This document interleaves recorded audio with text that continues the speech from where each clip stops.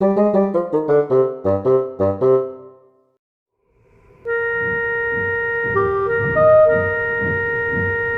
was late when James arrived on the other railway. Ugh, finally. He had brought a slow goods train from Knapford and was eager to make it back to his shed. James didn't like slow goods trains, but especially didn't like ones that went to the other railway. He had heard stories about how they treated their steam engines, and though he'd never admit it, was a bit scared to be there. Just need to stick this lot somewhere and I'm good to go home, he said to himself. James whistled again, hoping to get someone's attention, but the only response he got was the cold howl of the night ambience around him. Oof, lovely.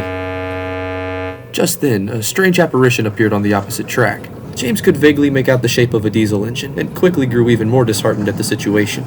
Even better. I get stuck with a faceless bloke. I sure hope you're not talking about me, Steamer, replied the diesel, oiling his way beside James. James was confused. He had never seen a diesel like this one before, and wasn't sure what to say next. You're lucky to even be on the rails, the diesel continued. On this railway, steam engines are kept strictly in that place. Spare yourself the breath. I've heard it before. You're a revolutionary, and a tea kettle like me shouldn't even be on the rails. Look, you're not the first diesel I've met, and you all have very similar scripts. Just tell me where to put my trucks, mate. Sure. Down the line, second siding on your left. Much obliged.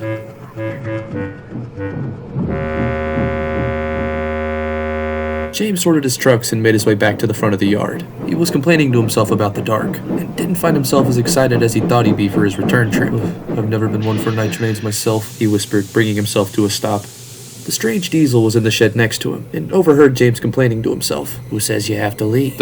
Excuse me? I find this place quite nice. A bit dark, but you get used to it. Why don't you stay, Steamer? Well...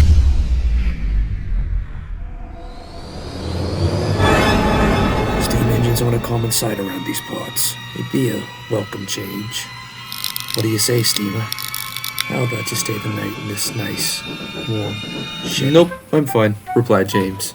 No need to fit me with the headlamp, driver. I'll go tinder first. I don't think Brake Van wants to be here either. You're damn right I don't. Then see to it that we actually make it, lad. Yeah. Huh, replied the diesel. I was just gonna offer him the shed with the space heater. Weirdo, he said to himself.